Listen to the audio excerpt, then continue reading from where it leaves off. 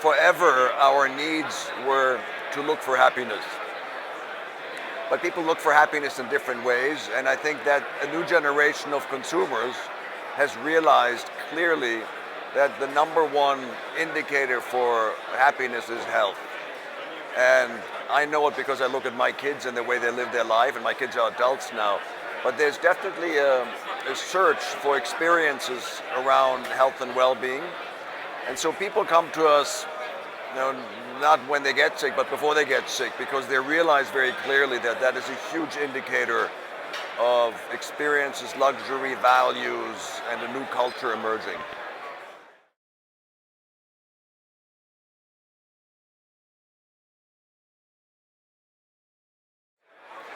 First of all, luxury has always changed.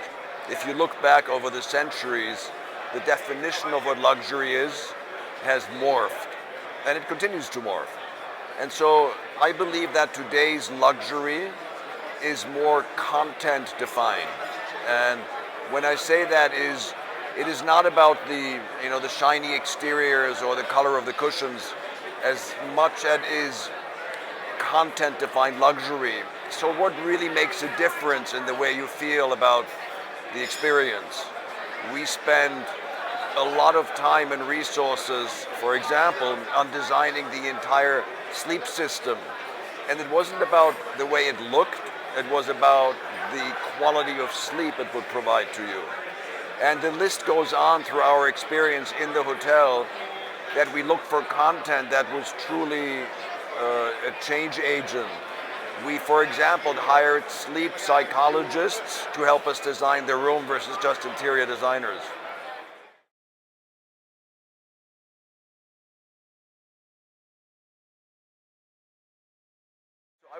I would actually say that one component of luxury that hasn't changed is that there has to be a very high degree of quality, and there has to be a rarity about luxury. That's one of the definitions that makes it luxury.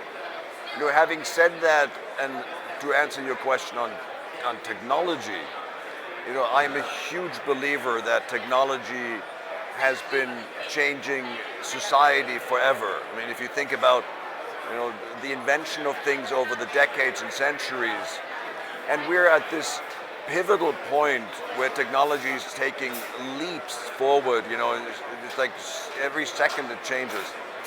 So we have to find that our digital piece and that technology would play a crucial role in defining the brand experience. And I do believe that everything that is transactional should be handled by tech. Everything that is relationship driven, everything that is around human interactions that are pleasantries, or if you get into trouble and you need somebody to fix something, that's when you want a human to interact and react very quickly. But we spend a lot of time combining technology with environment and sustainability. Our rooms are paper and plastic free, and all interactions between the various service points are all digital. And today, close to 100% of people, for example, order breakfast in a digital way. There's no tent cards, there's no menus in the rooms, there's no paper floating around. And that's where we're moving towards as an example.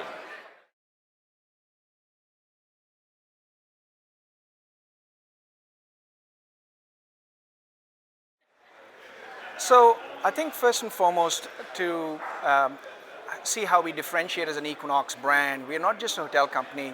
We were born out of an Equinox fitness and wellness business that's been around for the last 30 years. And that business has been front and center to the ecosystem of real estate, whether it's commercial, office, retail, and residential. Everyone wants to be near an Equinox. And so we've really benefited from that as we came into the hotel business. And so that ecosystem continues with hotels being added to that. One of the challenges, just going back to the challenges, is that the industry today is facing is capital markets and financing, lack of financing. And the way we are overcoming some of that is having the ability to actually work more in a mixed-use environment where developers are not just looking at us as a pure hotel play, but looking at it as something that adds more value to the overall real estate. the precinct of office. Today, the office market in certain markets is really constrained. So in place of doing office, the highest and best use turns into becoming a hotel instead. And that way, the overall mix is really where the developer gets a lot of value from bringing an Equinox as opposed to just bringing a regular hotel brand.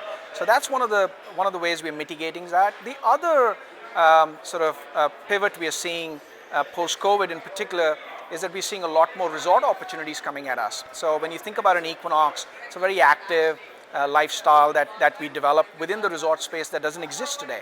And so that we're seeing in particular markets like Europe, Spain, Italy, Greece, and we're having a lot of conversations in markets like Mallorca, Marbella, Ibiza.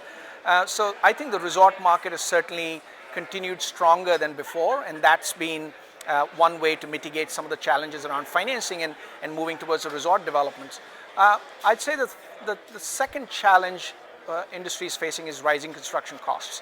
And again, as a backdrop, related companies, which is one of our majority shareholders, is a real estate developer. So we think about development with the lens of a real estate developer and not price per key, cost per key, but thinking about real estate value per square meter. And that way, you're able to actually rationalize some of these rising costs, spend more time in making the design being more efficient, and then making sure that that efficiency carries through in the overall development cost. So certainly as a summary, you have rising construction costs and financing markets, but we think that the industry's been cyclical and we're going through another cycle and we'll come out stronger than that before.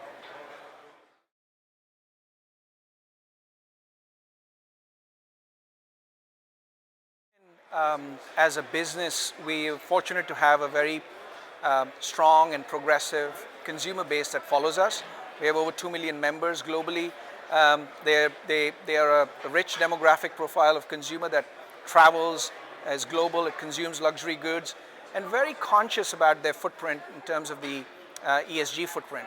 And as a brand, not just over the last 5 years or 10 years, because really the hospitality industry has turned to becoming more ESG focused only recently. As a company, as a business, as a fitness and wellness business, we cannot be seen as non-sustainable, not focused on ESG, and yet have human health at the forefront of what we do. So those two things go hand in hand. The other way of looking at it is we don't think of ESG as a differentiator. Today it's table stakes, and it's always been the case. So we think that we go far and beyond already in terms of catering to that requirement by the consumer, by the customer, by the member, by the hotel guest.